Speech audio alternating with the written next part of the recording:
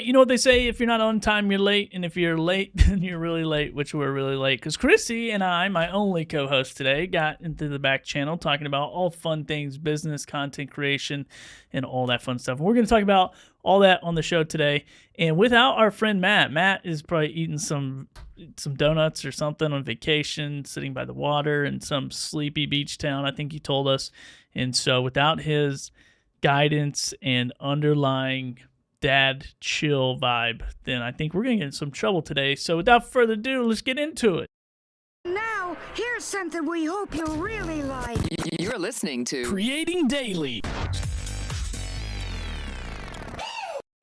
My one and only co-host today, KRISSY Fryrose, ladies and gentlemen. How's it going, KRISSY? What is up?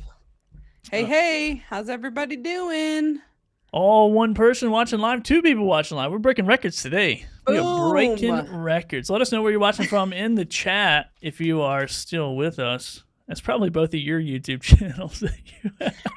I actually was just like, I should probably get onto the live stream. You should probably get out of here. It's not even me. We want pure numbers here for my sponsors. Speaking of sponsors of the show, let me get right into it. Go to billythorpe.live. You can buy my new playbook. There's the sponsor of the show. And subscribe to all KRISSY's YouTube channels. She's got 100 of them. We'll list them below. You will? If I remember. Yeah, if I remember. That implies that you're going to put any work into it after the show. What's up? What's up, Paul? I need to hire a VA. Maybe we'll talk about that. What's up, Paul? That's right. Paul in the house. Paul signed up for Amazon Influencer Program last year at Creator Camp, and so he's just getting back into Paul. it. So he's working on those brand deals. He got the playbook. He knows what's up. So KRISSY, creating daily. First question I always ask: have you been creating daily? No, sir. And that's your answer every time. Every time, that's my answer. No, that's not true.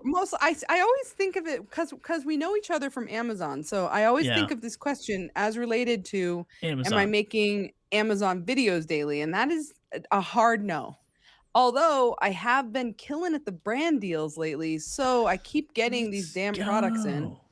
Do you know why? Because I read this incredible playbook. Let's go. It talks about all the steps to get a brand deal and how to overcome objections. Oh yeah, and it's pretty rad, man. You should check it out. Yes, I love it. Yeah. So have you really been using any of the playbook stuff? Did you? Not a thing. I didn't think so. You just put it on the shelf like everyone else. That's why I hate creating any products. That's why I hate coaching people. They don't do anything. I'm gonna end this live stream before I go on ranting. No, I'm just kidding. I told you. I think there was some really great, valuable things that I hadn't heard from you yet. I'm actually, and I said this. I made a little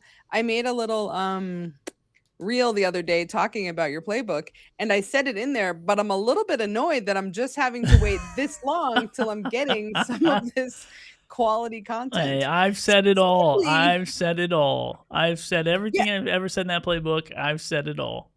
Well, online. Sure, but that would imply that I'm, going through every freaking interview you've ever done, which clearly I'm not doing. You are not that cool. That is a mistake of yours, not mine. Sounds like a personal problem. Yeah, sounds like a personal problem. You're not a fan. I need you to be a super fan. Super fans listen to every word I say. Study my life. Yeah. Oh, God. Well, actually, I did do the whole. I saw in a Facebook group, somebody was talking about. Can't even do it with a straight face.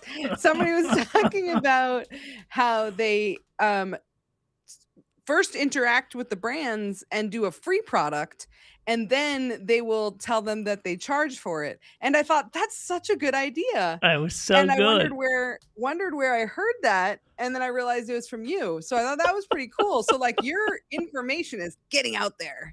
That's perfect. I can't wait to see their playbook when it comes out with my information. That's so good. I know. It is good. It's all, you know what though? That is the funniest part about putting out a digital product is you do see stuff that you say get published or shared in different, because we're in so many communities, but and I'm guilty of it, and I said this earlier, and I'll say it here live on the show. I actually made some changes to the playbook because there's one section in the playbook that I feel like is a little bit too much. And I know that where I talk about the qualifying products for Creator Connections campaign or a free brand deal. And that was actually inspired by our friend Fizz over at Oink for Influencers. And so I actually made a different, I made a, an edit to that, because I kind of felt like, I was like, oh, well, wait a minute, where did I come up with this? And then I'm like, wait, I didn't. I just hear him talk about it all the time, which it wasn't his exact format, but it was, it's inspired by that. So anyway, well, there's something like we talked, as we were talking about earlier, like it's hard to know where you got all the information from, especially when you first hear it. Now, like I will say, some of the stuff that you're saying, I've said this a million times, I don't think you're saying the same things that other gurus are saying. And so when somebody hears something that's a little different, there's a pretty good chance it came from you. Are you saying that I'm not saying what they're saying? Like, hire a VA, do product research, and buy products. We all got into the Amazon Influencer Program to spend all of our money. So go do that first. Yeah. To maybe make some money back. We'll see. Let's see who's in the chat here. We got Kay. Kay said, I got the playbook. You need to work on, she said I guess she needs to work on follow-ups and getting paid up front. I thought she's talking about me. I'm like, I'll follow up with you what you need. Oh, side hustle experiment. This guy is crushing it. Is there a chapter on maybe money in the playbook? It's obviously maybe money is in the playbook. The playbook is about maybe money. The whole thing is about maybe money. It is maybe money. Maybe money. John does great. John is a longtime Amazon seller, reseller, does a lot of product research, is probably one of the top people I've seen in that category of product research. So he's crushing it, making investments and crushing it. So, and to be fair, in that playbook, I did not just talk about brand deals. I talk about every strategy that I've personally used to build a six-figure profit business year after year after year in the Amazon Influencer Program by leveraging the Amazon Influencer Program. And it's really skill sets I've brought on from my whole life and my whole career as an entrepreneur, not just through Amazon. But these things have made me six figures every consecutive before Creator Connections, before messaging brands was a thing. So these are strategies that have worked the test of time, I will say. So not that that's the greatest for everyone, but it's definitely something you should consider. Yeah, I think, clearly Billy talks about all the same shit that everybody else does, right? Like, let's make better videos, reach out to brands. That's my favorite one right now. Blah, blah, blah. Make longer videos. I just want to say this publicly right now. Make longer videos is stupid advice. Longer videos do not matter. It's make valuable videos. Just make them valuable. That's right. Make them look good, sound good, make them make sense. Use the product in the video.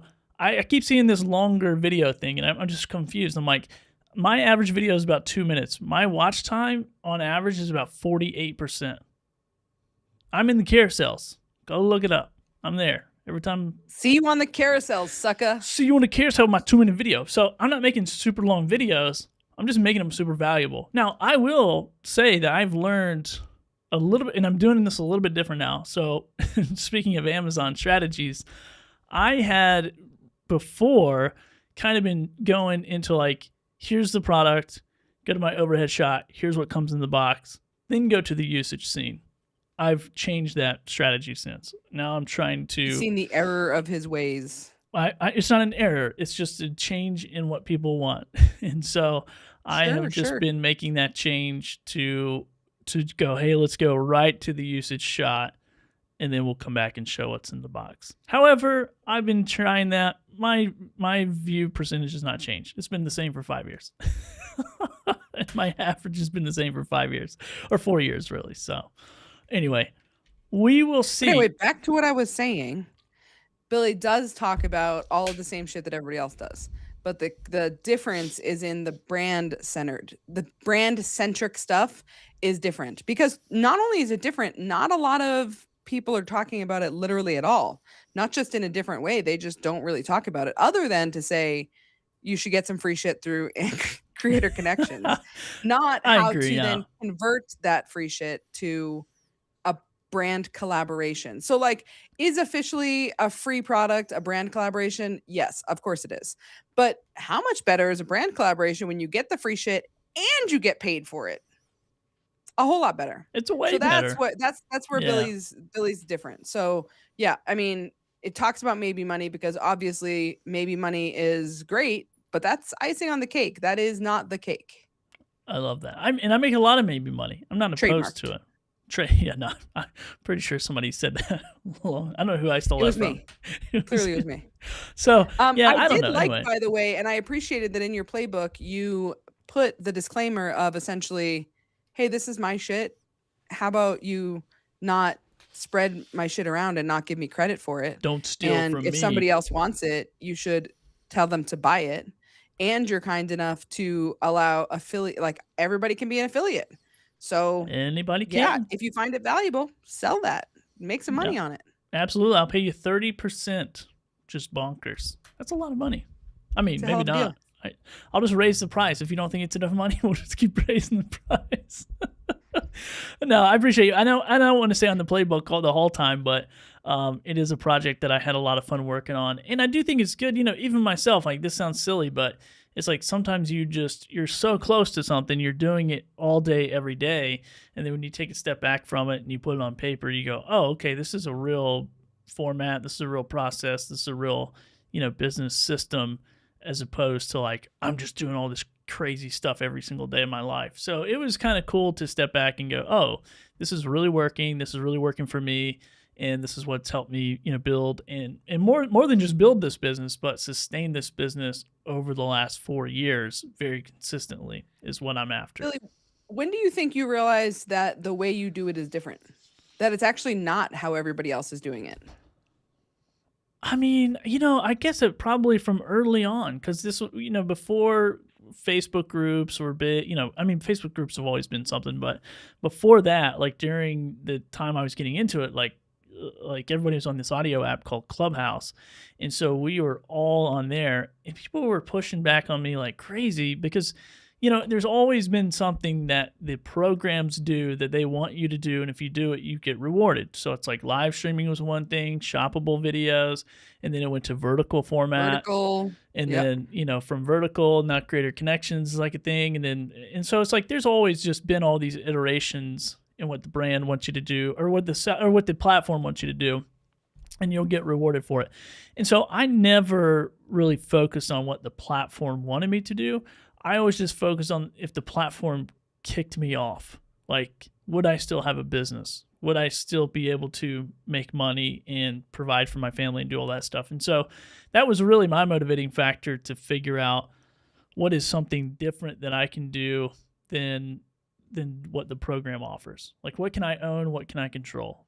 And so that's always been my thing. And some people say, well, you're missing the opportunity. You should strike while the iron's hot. You should do all this. You should do all that. And I'm like, man, I'm just building a reputation in a micro media business, where I'm just creating my own space. And so, it's like today I did a video in 5 minutes that made me $200. And I'm like, how long would it take me to make $200 off of those same products on Amazon? I may never see $200 off those products, but I got paid $200 today. So I don't know. Anyway, that's just my mentality behind it. It's like, what is going to cash flow my business and not rely on someone else to pay me? So, and I get it. And people are crushing it. Like I said, my friend John, he's there, he's crushing it, and he is doing really well, and he's doing a lot of product research, and that's just what works for him. I personally live in Puerto Rico. I've done a ton of product research. I actually got a little trick up my sleeve where I'm leveraging other people's product research. I'm not going to talk about it too much, and no, I'm not going to make it into a product, but I'll just say success leaves clues, and I'll see you on the carousel. However, in my testing of that, I'm just going to blow right past it because people will fly to Puerto Rico with pitchforks and show up in my office. Huh? Well, let's just say your carousels are not safe if I'm around. So, but anyhow, like even going and doing all that product research, getting all this data, this information, it's still like in my current lifestyle, my current situation and position, I don't have access to all those products like I would if I was in the States. And so I think that's a big part of it. It's like, I have a kid, we homeschool, my wife owns a business. I'm not working 50, 60, 80 hours a week. I just don't have time for that. So I have to figure out what's the goal that I need to hit, and how do I hit that goal within the time frame that I want to hit it in. And when I hit it, I got to be cool with that. I got to be like, good. I'm not going to be the guy who makes $40,000 a month, doing product research and hiring 8 VAs and, doing all this stuff. Like, I'm just never going to be that person. But that's a hard, I think, mindset shift, right? It feels like in so many different industries, our goals are always make more money, work more, work more, work more. But when you're able to figure out that mindset shift of like, actually, I don't actually need to make all that money. What I need is time. That's the only thing that you can't change, right? Yeah. So you can always make more money. You cannot make more time. So you having that sort of self-awareness to say, time with my family and my friends and enjoying my life is more valuable than making more money. You figured out how much you need and want for a monthly expense, a yearly expense, or income, I should say. And then you worked backwards. Like, that makes total sense. Instead of there just being this finish line that never comes because it's always more money. I just need to make more money. Yeah. So I think it's honestly, if more people lived that way, there would be so much more happiness instead of everybody thinking they just need to make more money. And honestly, like, if we, and plus it's like my wife has goals. She has hobbies. We have things that we like to do outside of, she really has things she likes to do outside of work. I love working. I work 24/7, but it's like, I want to be there to support my family, and whatever. It's like, I want to be there and do those things. And so, and I think everyone has to kind of like evaluate their situation. Like, if I'm always looking at the other person's paper, and here's the thing, I dropped out of high school. I'm a high school dropout. I'm a college dropout. Like, school wasn't for me. The teachers who are like, yeah, you're so dumb and you can't do English or whatever, or you can't do algebra. Like, I make way more than those people. So now I'm like, ha ha ha, Miss Booker, I'm watching you. It's like, whatever. Like, I don't care about but if I looked at the valedictorian who sat beside of me, who's a good friend of mine, it's like all the time crushing it. If I would just compare, I would never be where I'm at. And somebody actually just, I'm not saying this as a flex, but somebody just sent me a message literally 5 minutes before we started the show and said, how much money are you making on these social platforms? Like, how much money are you really making? I go, well, enough to be debt free and live in Puerto Rico. Like, I don't know. It's like, it's enough. Like, when is enough? And trust me, I struggle with it. I grew up in the States. I grew up just thinking like, I gotta go, get a bigger, gotta keep up with the Joneses. But it's nice that I can work 3, 4, 5 hours a day and go home and be with my family and do what I want. It's a different lifestyle. So anyway, I don't know why I got into that, but because I don't want people to even, well, you did, yeah. You drug us into it. Now get us out of here. I don't want to pontificate anymore. I think that I think that you and I are very well aligned in that way that, my wife and I are working towards a full-time RV life. And in order to do that, like, it was like this crazy epiphany, a moment of like, we're working so hard right now and working so many hours so that at some point we can go and travel and do the things we want to do. Instead of like doing 1 vacation or 2 vacations a year, why are we living like that? Why are we not just making the life that we want, which means making a whole lot less money so we can live in an RV and travel around? I don't need to make a bunch of money. I need enough so that I can see the country and put food on the table and pay the 2 bills that I'll have come that point. I just like, yeah, I get to do that. We all get to do that. It feels like this lie we've been told our whole lives of like, no, you have to keep working until you're 70 years old. And I don't want to do that. I am fat and unhealthy, so I need to live now, gal. Well, I won't get into it too much, but that's like the system that the people who want you working 80 hours a week, they're the ones who own the jobs. Like, they're the ones who own the businesses that they want you working at. You think they're working 80 hours a week, 100 hours a week? No, they're not. Their money's working for them. It's all about the leverage. And so, I think, whatever, it's like your decision. Like, if you want to work 100 hours a week, I don't care. Work 100 hours a week, but don't come shit all over me. Like, cause I'm And maybe some of you guys do need to work 100 hours a week, and some of you do need to make $20, $30, $40,000 a month, and you should do nothing but product research and spend every dime you have on products and try to hopefully that's the only part I can't get past. I'm like, I'm not going to spend money to hope for money to come back to me. Like, I'm going to make solid investments, which whatever. I mean, there could be an argument to be made, but I just don't know that much about the Amazon ecosystem. So anyhow, now what are we talking about? Chrissy, Matt left us by I was just ourselves. looking at Kate made a couple comments I wanted to respond to. Oh yeah. She said first she needs to work on follow-ups and getting paid up front.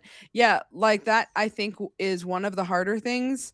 I do feel like there's a fairly large group of people who are like, just send a gazillion messages asking for free products.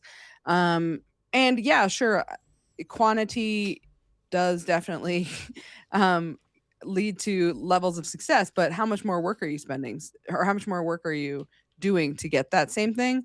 Whereas you could, number one, follow up with the people you've already talked to in some way. And also, getting paid up front so you know you're making that money. Just like he said, like you had those sunglasses that you were like, I'm going to make a video for these sunglasses. And how many friggin' pairs of sunglasses do you think there are on Amazon? A gazillion. Yeah. So what are the chances that you're going to make money on Amazon off of those sunglasses? Probably not great. But now you get $200 and some free sunglasses. Yeah. So that's pretty cool. And there's all, people are talking about the data and making $1 or $2 per product per video on your page or whatever. I'm like, okay, well, how many years of money did I just make? Potential money. I made years of guaranteed money. So anyway, but once again, it's all scalable to an extent, and that is to the extent that I want to be in my office working, like you said. So, and I think the follow-up thing is very interesting because especially after you get the business and you're doing business, I always have, in my experience of owning a business, if someone does business with me once and we have a good experience, then they will be way more apt to do business with me again. But just like everything else in the world, they kind of tend to forget that you exist. They're like, oh, yeah, whatever. And then you go, hey, by the way, I do what you want. Like I make videos, or in my case, I had a t-shirt printing business. I can't tell you how many times people would be like, hey, I'm looking for somebody to do t-shirts. I'm like, hey, we worked together before, remember? And they go, oh, yeah, what am I doing? Like, send me a quote, whatever. And so I think it's just 80% of my business comes from 20% of my clients. And I built clients over the years that pay me over and over, like repeatable income every single month. They send me products, they send me, brand deal payments. And so I've built that base over the years, and anything else is just added income on top of that. And so that's where I'm kind of hyper focused, is like building those relationships. And it's not just gimme, so I can, maybe make money off your product and like really serve people. It's like, how are you going to stand out from all the other videos and all the other content creators that are, there? I mean, now I mostly leverage just my ability to go, hey, I've created 4,800 pieces of content. Here's the proof. Like I have that capability. But if I don't have that capability, maybe it's like, well, hey, I noticed nobody in that carousel talked about this, and that about your product, and I want to come in there and talk about that. And so it's like, some people may have to work a little bit harder than what I do until you get to the place where I'm at, where I can just say, yeah, hey, I'm a top creator with 4,800 videos. Here's the whole catalog. Like, go look through it and see what you think. So anyway, yeah, that follow-up game, even on free products, like there was a product that I wanted. I kind of forgot all about it, and then I looked it up again, and then I jumped into Creator Connections, and I'd already sent them a message. They never replied. I sent them a real quick message, say, hey, just circling back, how can we get this to the finish line? I'd love to make a video about your product. And then they sent me like, oh yeah, we forgot, here, we'll send it to you. And then now that's coming. And then just all in the follow-up. Yeah, I had a experience the other day. I really have been looking for a dash cam for my RV. I wanted one very clearly. For whatever reason, in my Class C RV, there's a rear view mirror, which doesn't make sense to me at all because I can't see out the back window. So that doesn't register. But anyway, because I have that rear view mirror, I thought, oh, this is perfect. I'll get one of those dash cams that attaches to that rear view mirror. and then I'm not taking up more windshield space or whatever. And I reached out to the brand and they were like, oh, well, essentially they said, like, we've already sent these out to other people. And I was like, and that might be true, but here's my unique perspective, which is, in addition to the dash cam, it also comes with a backup camera, which my RV already had. So I'm using that that backup camera on my front bumper. And so that I now have visibility of the front of my RV that I wouldn't have had otherwise. And they were like, oh, yeah, we'll send you that. I was like, that's great. Yeah, that's perfect. But being able to overcome those things, like, brands don't know what you can offer. They don't know why yours is going to be different. Instead of just, what is it, spray and pray approach? Yeah. Actually, like, engage with the people that you want to engage with and see how you can overcome those objections. And actually create content that's worth a free. Free is not free for everyone. It's not free for us because it's going to take us time and energy. It's not free for the brand because it's going to cost them money and shipping and the product. So it's like, actually create a video that's actually worth something. And then if you want to get paid for content, then you got to create content that's actually worth something. And it's like, it's got to look good. It's got to sound good. It's got to be coherent. It's got to, like, use the product. I mean, there's so many ways to create this content to where brands will choose you over anyone else if that's a paid or a free collaboration opportunity. And so I never reach out to companies on Creator Connections because I'm like, well, this is saturated with a million other people, and then someone's like, oh, you can't, you're just not going to get them or whatever because it's oversaturated. I'm like, dude, I'll get them every time because my quality of content is superior to most people on the platform. And so, I think that's the thing. And it's not even that good. So that just says how bad everybody else is. It's not even that good. I mean, I say that all the time. Like, if you compare my content to, like, somebody that actually creates content on, like, YouTube or something, it's like, dude, it's not even that great. I'm just kidding. You make great content. Well, I don't care. I always say that. Like, I'm the Starbucks of video. That's my goal. Like, it just has to be good enough. It looks good. But, Starbucks is trash coffee. Like, who cares? I don't care what anyone says. It's garbage. But it's consistent garbage. And that's why I buy it every time I travel. Because I know if I walk into a Starbucks, I'm like, I know it's going to taste like crap, but it's going to taste the same as the last time I drank it. It's dependable. That's right. Oh, anyway, Krissy. All right, what are we talking about? We got living with Parkinson's. Someone says, I'm just trying to get in on this Amazon influencer thing because I have Parkinson's and I'm on disability. I have all the time in the world to work on it. Okay, good. Yeah. Now, I don't know if you're already in or not in, but Krissy is a pro at getting people in, so she might have some tips let us for know. First of all, living with Parkinson, what is your actual name? And second of all, tell us, where are you at in the process? I'd be curious to chat with you a little bit about that. So let us know, and we can help you brainstorm to get in if you need. Sweet. All right. One of the questions that was on your list that I thought would be an interesting thing to answer, especially because you're sort of contemplating changing that up a little bit, is how has your gear evolved essentially in your, like, what's your process for making videos? Where did it start and where is it now? Oh, that's a good question. So, okay, so I'll circle back to when I was in the podcasting space. So I started live streaming. It was a live stream first that I was using ECAMM, still using ECAMM 6 years ago. I started podcasting and live streaming, and I borrowed gear. I borrowed gear from my neighbor. I borrowed gear from several people, like microphones, mic cable, everything. So my neighbor had a camera, and I would just always be like, "Hey, Ellen, can I just borrow your camera like one more time this week? I promise I'm gonna get one. I'm just gonna borrow this one." And that was before, like, phones and everything else where you could just plug them in and hit the go button. So yeah, I borrowed gear for a long time, and then I bought like a Canon EOS RP. So I was always obsessed with that, and that's what I created my first Amazon influencer videos with. I just had it, or maybe even my phone, just like, it was not even my face. It was just like top down shot on my table, and I was talking about my microphone and headphones and all this stuff. And now it's ridiculous. Now I got 3 cameras and lights and I mean, I'm a nerd, so you don't need all this stuff, but it sure does make it nice. I think that's a really important distinction to make. You do not need it. However, the thing we were talking about earlier is for your average run-of-the-mill Amazon video, is high production quality super valuable for most Amazon buyers? No. But Billy's business model is not necessarily for the Amazon buyer. Although, yes, clearly, like, that's money that you want to make.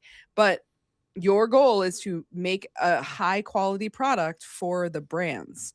And the brands are constantly telling you how great the quality of your videos is. So you kind of 100%. have to know, like, what is your goal? What are you trying to accomplish? If brand deals is not your thing right now, then don't even worry about it. Like, you can watch a gazillion YouTube videos and almost all of them will tell you the video quality doesn't have to be amazing, but the sound quality does. Make it sound good, and if you can make it look okay, then great. And any of the, modern day smartphones will make your video be great. So get yourself a mic, get yourself a camera, a tripod, just get a and tripod. you're off and running. Instead of what do you call it? Shaky jakey? Shaky jakey. With your videos? And standing 18 feet away from your phone, and that's the microphone you're using. And that's right. Like, you can't. Yeah. I mean, there's like very easy things to up your video quality in this space and make yourself stand out above the crowd. And there's stuff that brands want that I just it's like some stuff they just want real. I mean, marketing is like a weird world, and they want certain looks, certain types, certain genders, certain role. It's like they want all kinds of different stuff for different products. So it's kind of like, find your niche. What is it? I mean, and I don't really think you should niche down too much, but your niche will find you, or you'll find it. I kind of found it with electronics. Like, I'm just naturally good at electronics. I like them. I get passionate about them. I can make them quickly, and I just like them. No one's hiring me to do fashion vertical walkway videos. Like, not a chance. Clearly not. I don't wear the same shirt, but it's the same brand shirt every single day. It's a real easy decision for me. I don't have to think about it. We'll put a link below for the t-shirt. Oh, dude, speaking of, where is your shirt that you just got? Oh man, I totally forgot to wear it today. Oh. Where's yours, for the record? Well, mine's a small because I ordered the wrong size.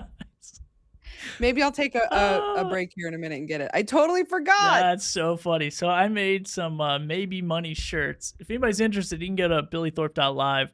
And it's just merch, so it's just by a fourth wall. I think is the company that's printing them.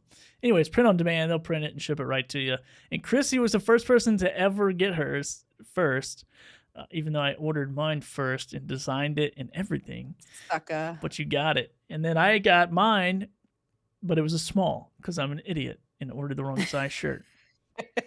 But not before you had a temper tantrum thinking they screwed it up. Exactly. That's exactly what I thought happened. And then I had to apologize to them, even though I didn't really say anything to them. Anyhow, so yeah, well, I think James. Sorry. I was just going to say, James, welcome to the live stream. Welcome to wanting to be a part of the Amazon Influencer Program. I just put a video link down below for the video that I have for how to get approved. It is from about 9 months ago. However, to the best of my knowledge, it still is exactly what's working, which is essentially get yourself a TikTok account and post 3 times a day, spread out a couple hours between each post, and engage in other people's content and respond to everything on your page. And after that, you can get approved. Or pay KRISSY $1,000. She'll do it for you and hand you over the. That's a good idea. Why haven't I thought of that? We'll just make up a service real quick for you. Let's see. Hi, what else Monty. we got? Is Monty here? Awesome. Late, but I made it. What's up, Amazon influencers? Not too much, man. And Monty Weaver is like the goat of Amazon. Like, he got everyone started. Like, if you know anyone in the Amazon influencer program, their Amazon influencer lineage will trace back to Monty. I promise. Wow. I promise it will. Everyone who is anyone that's been in this program, Monty turned them on to it. Guaranteed. KRISSY just went away. She went bye-bye. I'm going to get back here. She must be changing into her maybe money shirt. Let's see. How are you contacting brands without a creator connection, or do you only message brands with creator connection? So back in the day, there used to be a ton of Facebook groups where you could reach out to brands and sellers, and then you could contact sometimes like agencies. You could find them that way. The other way, there's Chrissy. Let's see. Hold on a second. Let me get you back on camera here. Hey, look at that. Go. Let's go. Maybe money, baby. No, maybe money. I love that. Maybe is scratched out. That's so funny. If you want to get yours, go to BillyThorpe.live, go to merch, and you can pick one up. They're going to be limited time forever, because I'll never take them down because I'll forget that exists. I mean, not only is the message pretty amazing, but... Oh, you muted yourself. You touched it and muted yourself. All right. Not only is the shirt design awesome, but the shirt is amazing, and I'm kind of obsessed with them. Oh, yeah. Comfort colors all the way. My favorite shirt. It's what I wear every single day of my life. They're so comfy. Yeah, they are. So we'll put the link below. So yeah, the contacting the brands, I mean, right now the lowest hanging fruit is creator connections. That is the fastest way to get in touch with brands with product that's going to be the best opportunity to make money from. I think using like Oink or Viral View, doing the product research and reaching straight out to those brands through, because right now, if you're not doing a product that has a creator connections campaign, you're probably just not making any money. Now, I still do them. I do them every day because I get paid to do them. But if you're just relying on the program, then I would not even touch a product without a creator connections program. So anyway, 100%. So yeah, that's going to be the easiest way. We're making an average of what, like 2% with Amazon commissions. Come on. Yeah, it's bad. But creator connections is like 10% minimum. Minimum, yeah, minimum 10%. So definitely prioritize that. Even if you're doing stuff around your house, if you're just getting started. Which, by the way, I know it's being said right now that you should not do that. Some people are like, you shouldn't do that. You should only do it if you. I think you should do it. I think if those people are stupid, just for the record. If you are just getting started, you just don't know what you don't know. So just make videos of stuff that you do know. That way you take out this whole section of the learning curve that you don't have to figure out. And that is, how do I pull value from a product I'm not familiar with? That is a skill set that you have to learn when you start doing brand deals and creator connection campaign, working with brands, period, free or paid. You have to learn how to pull value from a product when you first just get it and you haven't had it for 20 minutes and trying to figure out, how do I create a video about this? So anyway, if you go around your house though, you've already done the research. More than likely it's a good performing product, regardless if it's only paying the 4% or whatever.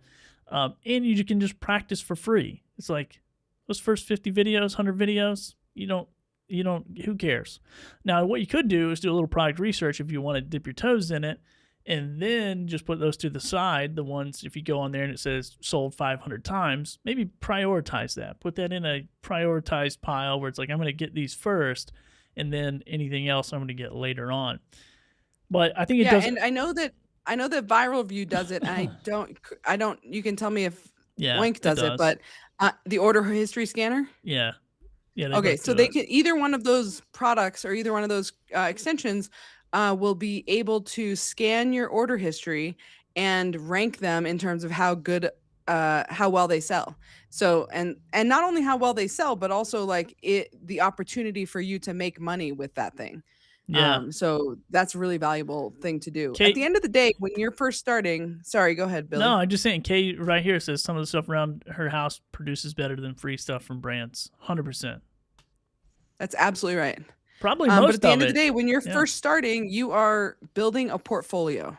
And it's after you've built a portfolio and you start making better videos, because basically no matter who you are, unless you're me, most of your videos are going to suck in the beginning.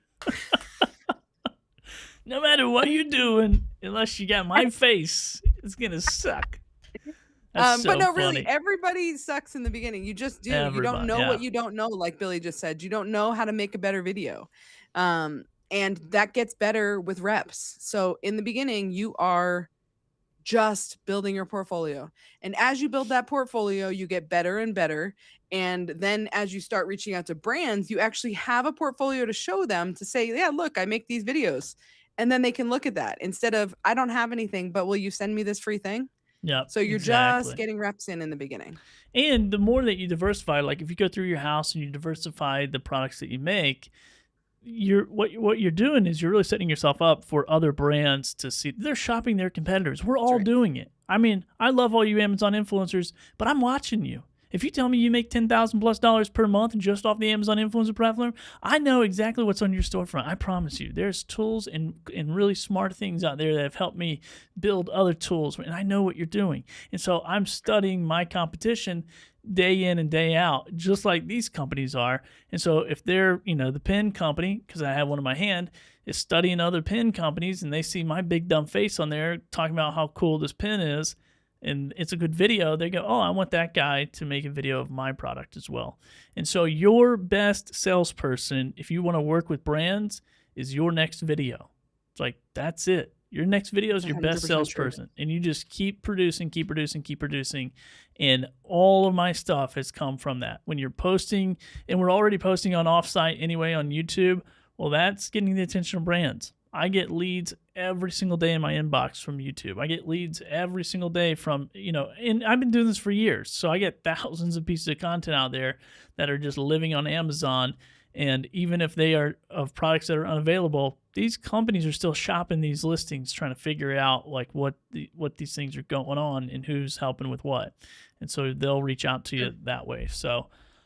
And they actually, funny story, when I first started, I was, I didn't know what I didn't know. So I was trying to get my feet under me. I made an email address that just was directly named after my Amazon storefront. And since then, my business has sort of evolved and I have a business name now and an LLC and da-da-da-da. And so I've tried to sort of streamline all my email addresses to be my business email. And accidentally, so I had like made a TikTok account and an Instagram account and blah, blah, blah. And I seldom post on social media, like very infrequently. And I thought, why do I keep getting emails from this one email address? It doesn't even make sense. I have it nowhere. And then the other day I looked on TikTok, which I've not posted to in probably 6 months. And that's where it was. That old email address was still on my TikTok. So that tells me, even though I'm not putting a bunch of content on TikTok, people are still going on TikTok and looking and finding my name, and then they will look me up. So 100%. Put your stuff, put your contact information everywhere, and just make sure it's correct. 100%. Let's see here. Kay's got another comment. Let's jump over. I have about 300 videos in a YouTube channel, so using tips from the playbook to get paid more and build relationships with brands. Love it. Love it. I love that you're getting some value from that playbook. That's awesome. That's why I put it out there. Hopefully that somebody would go, hey, this is a different way to think about it. So I'm trying to think of what other stuff. But yeah, and one thing that people sleep on often, which I know going live is intimidating for some people, but if you go live, and this is in the playbook, this is one of those strategies that I used early on in my business. I would go live late at night, like 9 p.m. Eastern time. That is like 9 a.m. or 10 a.m., 9 or 10 a.m. in China. That's where a lot of this business comes from. They're on watching live, so you can get right in front of them. Brilliant. That was one of those like little nuggets that I was like, what? That is so smart. Why hadn't I thought of that? Because it's true, like you're then like, that is your live business card to these brands, because 90% of them, I have no idea if that's the actual number or not, but a lot of them are in China. And that is them, like 99%. You can literally be like, you can just literally be like, right here, this is where I am, this is what I do, this is my personality. That is so smart. Yeah. I need to do it. Actually, though, on that topic, I think you said this in maybe another interview or something at some point recently about you don't go live on Amazon because it's not a good platform or something. Talk more about that. Why don't you go live on Amazon? Well, I haven't been live in a long time on Amazon, but one, somebody's probably not paying me. So if I'm going live, I'm getting paid to go live on Amazon. Sure. But Amazon Live used to be like when Monty was, I was talking about Monty earlier, when he introduced me to Amazon Influencer Program, that's what it was. It was like the Amazon Live influencer program. So it was all about going live, and you could go on there, and that was it. That was the only option. There was no like videos and all this crap that you do now. It was just live streaming. And so all these influencers were coming over from like YouTube and whatever, and they were live streaming and making crazy money. And so I never caught any traction on it, but I also came in right at the tail end of that, right into shoppable videos, as we know, horizontal videos as we know now. So I never do, unless if I need, but I haven't, knock on wood, I haven't had to lead gen in a really long time. But it's a great place to do it. Somebody asked earlier, like, how do you find brands? It's like, well, first you post on the platform that they're on. So the more consistent you post, the more whatever we talked about it, diversify your product selection and get on a lot of different carousels and a lot of different categories. And then you can go live, and then you jump into other marketplaces like Fiverr. Like I make a lot of money off of Fiverr every year, and it's a premium price, not just like it's premium because they charge a 20% fee to do business over there. And so I'm forced to raise my prices, but I get like a premium price over there. And if I don't get the deal from there, I'm advertising there. This is the thing that people don't think about. It's like people will shop in one marketplace and go buy on another. How many times have you been at Best Buy and you shopped and you bought from Amazon? Yeah. This happens all the time. So the more places you're at, the more places your content is, not just social media, but other marketplaces as well. It's like if you can get on Upwork or Fiverr or wherever and have a gig on there, even if it's not super active making you direct money, I promise you it's going to make you indirect money. I know it is, because if I put my Fiverr account on hold, like if I go on vacation and I pause it, I don't get near as many inboxes in my email. But if I unpause do you have an email address on your Fiverr profile? Are you allowed to do that or no? No, you can't do that. But I just have my name on there, and then people just go look it up and they find you. The resource. Look it up. Just look me up. See me all over the world, all of the internet streams. Hey, what is your thoughts around? I've heard mixed things about this. What's your thoughts about starting low on price when you're first starting and then ramping up, both on Fiverr and in Amazon brand deals, right? So are you a proponent of like, let's start at $10 videos and then you can work your way up to $50 or $60 videos? Yeah, okay, so here's my thing.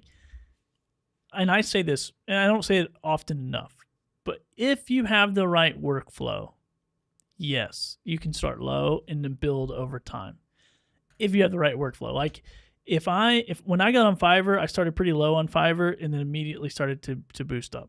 When I first started this business overall, I was doing like $5 brand deals because I can do 10 videos in an afternoon. So I'm like, oh, I'll make $50 a day. Like, who cares? And then I'll have the product and I can resell it or whatever.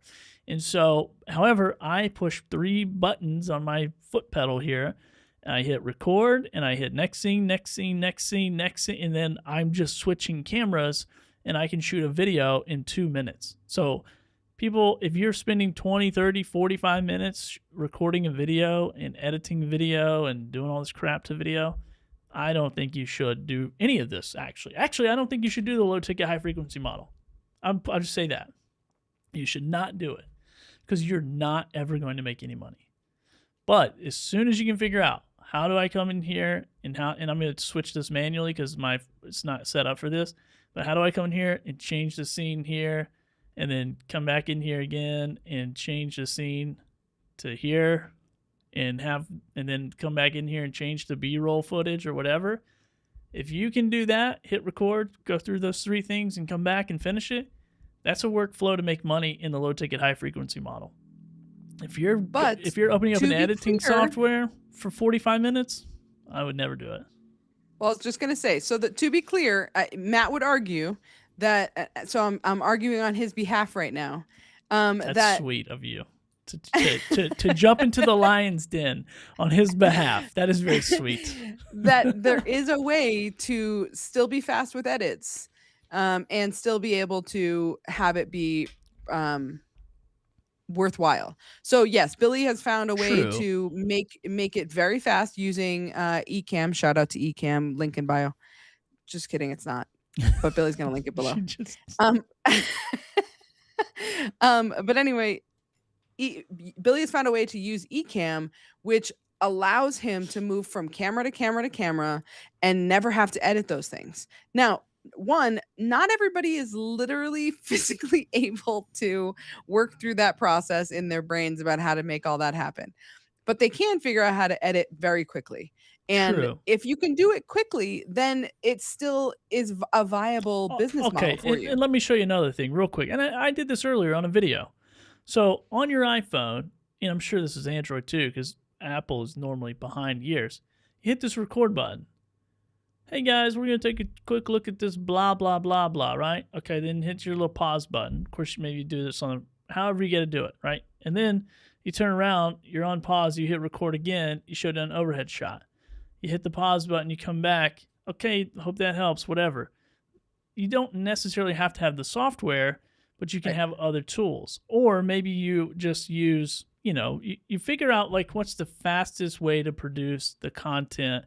And you may not have to have any of this. Like some people just shoot one shot and that's the shot they shoot with the micro, with the whatever. And it's like, that works.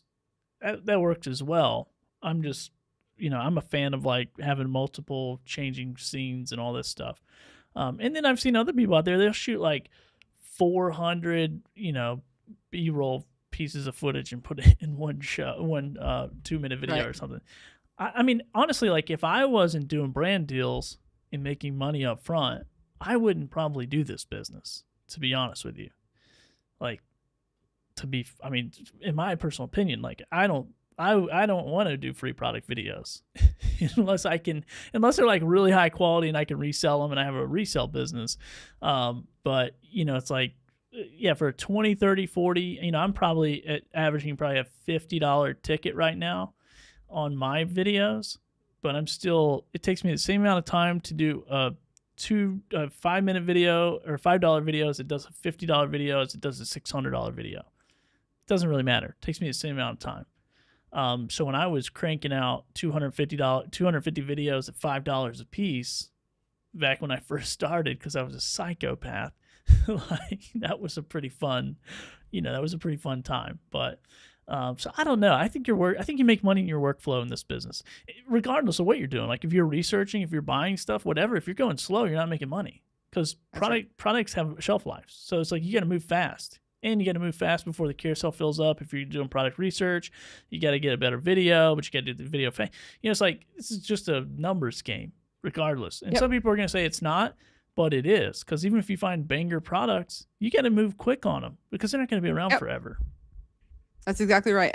That has happened to me countless times where I've been like, oh, this is a great product. There's nobody else on the carousel and it's selling that many. Oh my God, I need to get that product. And then I buy the product, get it here, and then I shoot the shit for 2 weeks and suddenly there's 27 people on the carousel and I'm screwed.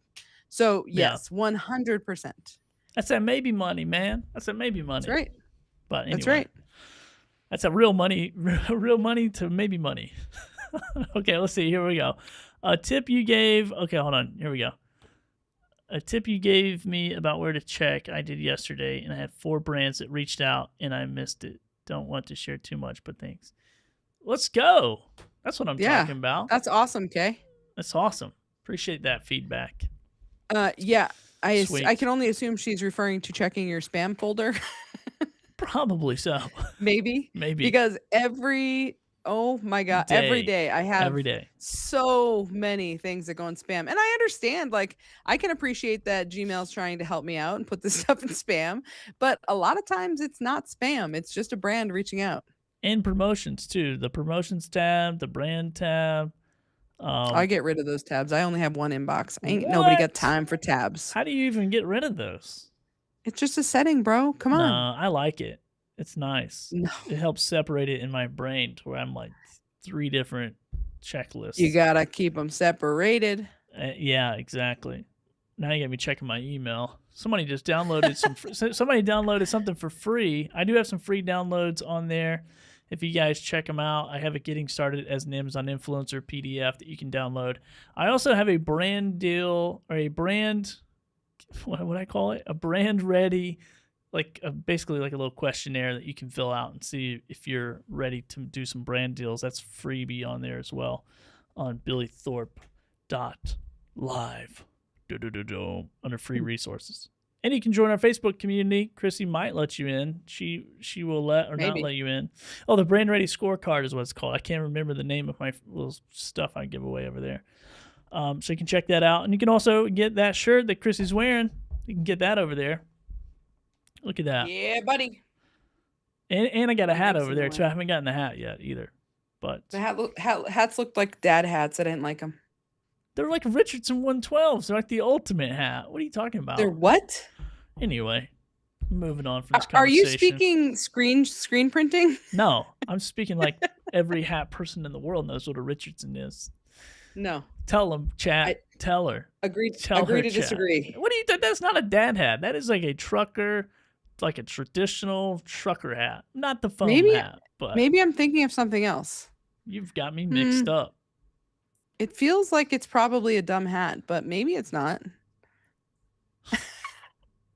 I'm so offended right now. He's speechless. Look at this. I can't even. What are we talking about? You don't know what a Richardson 112 is? No, I've never even heard of a Richardson 112. Oh, yeah, that's why. It looked like it was that real stiff kind of trucker hat. Yeah, I wasn't having that. Yeah. Well, what kind of hat do you like? I'll make it happen for you. I like the mesh in the back, but I like it to be the legacy, where it's like nice and soft. Foam? The foam hat? The foam trucker hat? Don't be dumb. Of course not. Oh, you like it where it just lays down on your face? I have a huge forehead. Do I need to get one to show you? I think I feel like I need to get you one. No, that's a dad. That's a dad hat. It's not. What you're talking about, I'm pretty sure it's called the dad hat. No, it is not. I will show you. Hold on. Oh, ladies and gentlemen, Krissy's going to go get the dad hat. Oh my gosh. What a show. This is what happens when Matt is not with us. We do not stay on task. Let me show you guys the t-shirts if I can find the scene where I have it. Oh yeah. I got it. Here you go. Here's the t-shirt. Oh, let's go back to Krissy. Where's your dad hat at? It's just like my Carhartt hat here. Yeah, that is a dad hat. That's what a dad hat is called. Oh my Lord. It is not. Let me just show you. Trucker hat right here. Trucker back. That's just such a dad hat. If I look up your mom's a dad hat. If I look up dad hat, that is the hat. No, it isn't. Go ahead and look it up. Bring it up on screen, bro. Okay. You're gonna be sorry. You're gonna be apologizing. No, I'm not. I will never apologize. Yes, it is. Look at this. Look at this. This is like a soft. None of those are dad. That's not what I have. This is a dad hat. It's like that's probably corduroy as well, isn't it? No. Show me the back of that thing. What's the name of that thing? This is Carhartt. Oh yeah, Carhartt. Carhartt hat. Carhartt dad hat. I wear Carhartt just like a good lesbian does. I can't even get that. It's such a lame hat. I can't even get it. Wow. Now these are cool hats, but I can't ever wear those hats. I have a giant forehead. Yes, you do. So let me look up the Richardson 112. Richardson 112. That's just screen printing thing. No, it's not. This is the name of the hat. Yes, it is. Look at it. These are great. Look at these. Hey, these are great. It's like the greatest hats ever. That one's not really. That one's kind of ugly, but look at that. Look at that. Okay, well, ChatGPT said the Richardson 112 is probably the single most popular trucker hat in the U.S. Let's get to America. Look at that. Okay. Look at that. But this says, so a dad hat is soft, unstructured, like you, lower profile, all cotton. Is that not what I have? That's not an all cotton? It is not. Okay. It is a trucker hat. Oh, it does have the mesh in the back. Okay. So it's kind of like a. It's the legacy. See, they say legacy. Uh, It's soft trucker. okay, that makes sense. So it's nice. That makes sense. Don't be so judgy. I'm dead. So you know what? I'm just saying. You said this looked like a dad hat. I'm just like, this is not a dad hat. But you know what? No, it's clearly a Richardson 112. Does that look like a dad? No, it doesn't look like that. The kid isn't old enough. No, to be your a dad. AI model does not look like a dad. You're right. I don't even know where this came from. Anyway. Although ChatGPT tells me for my gear edit brand, I should get Richardson 112s. But for my vlog channel with my wife, we should get dad hats. All right. That is too funny. I love it. I love it. The most popular. That's an awesome hat. See? The Richardson 112. No mesh on it. Oh, my wife comes into the rescue. No mesh on a dad hat. Thank you. Well, I believe her. That's right. I have to believe her. We'll argue about it later when I get home, honey. You don't disrespect me in front of my internet friends. You're going to bring your Southern out. Oh, gosh. Yeah, we do have this part of my personality. It's called Trailer Park Billy. That's what we call it. It does not come out very often. But when it does, it is not good. All right, well, we're gonna get out of here. KRISSY, it's been fun. Thanks for pulling up. And even when Matt's on vacation, he's just in a sleepy beach town right now. Is that what he called it? Sleepy beach town, just eating ice cream. A residential beach, I think he called it. Oh, that's right. That's right. Which I think it's down the road. I'm not gonna say the name of the beach in case I don't want anybody to stalk Matt. I know he's high profile. So. Let's real quick go back to Facebook comments here. I don't know why this one didn't make it on the screen. Monica here is telling me that I'm famous. Did you read that one? That's right, Monica. Wicked good reviews. Boom for the win. Oh, I've seen her videos. Wicked good reviews. I didn't know that. Anything that's not related directly to me just gets filtered out. I was just gonna say it's not about you, so you skipped right over that. Wait, you're not telling me how great I am? Exit. That tracks. Oh, you are famous, KRISSY. We're all famous. I'm famous in my own mind. I'm so famous. Clearly, I am an influencer after all. I'm pretty convinced I'm famous in China. I'm pretty sure I have billboards with my face on it. Like $3 will get you a video. I have a friend who is. He works in sociology, and he says he's a very big deal to a very small number of people.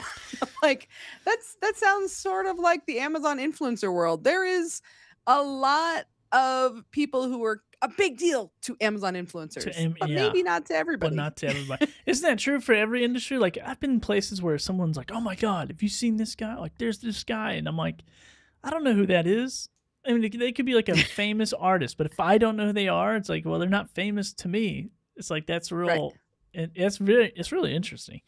But normally you can pick out famous people. Like I can walk into a grocery store and just see like airport or whatever. They just like if it's a real like true like famous person, I feel like they just carry themselves just a touch different. You're just like there's something different about that person. So never be me. That's why I walk a little bit more subdued in airports just so that people I don't get a like mob of people. I just wear glasses. I just wear the biggest glasses with my Richardson 112. It's so good. My Richardson 112. Never have I heard that. My Richardson 112 screen printer is definitely a part of my Maybe Money costume. My Maybe Money Mike costume. It's definitely in there. I was watching a dude on the TikToks the other day. And he only ever wears his own brand, which I thought was interesting. You should wear only Maybe Money shit. You know what? You know why I never wear anything, though? Because I'm like, when I start... Well, first of all, I don't want to think about it. So I just don't... I heard this thing by like Albert Einstein or something, or maybe it was like a bunch of people who they just like didn't want to use energy thinking about what they're going to wear. So they just wore the same outfit every day, basically. So... I used to have trouble when I was a kid, like just picking out what I would just like get so anxious about what I was going to wear. And so when I heard that in probably like high school or something, I'm like, I'm just never going to wear anything except for like a t-shirt and shorts or jeans.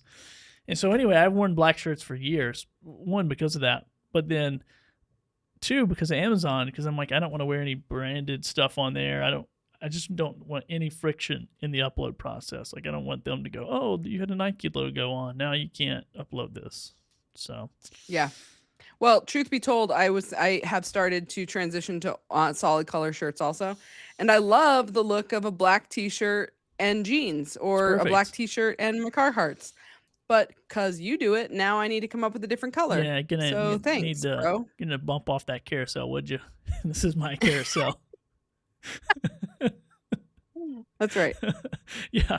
Well, I think wearing black too is like big in the production world. Like, like any behind the scenes or musicians, a lot of times will wear dark colors, or backup musicians or something. So I don't know. Anyway, let's see. One more from Kay here. It says, just spam on another email like you mentioned, and a brand that is actually legit reached out. Let's go.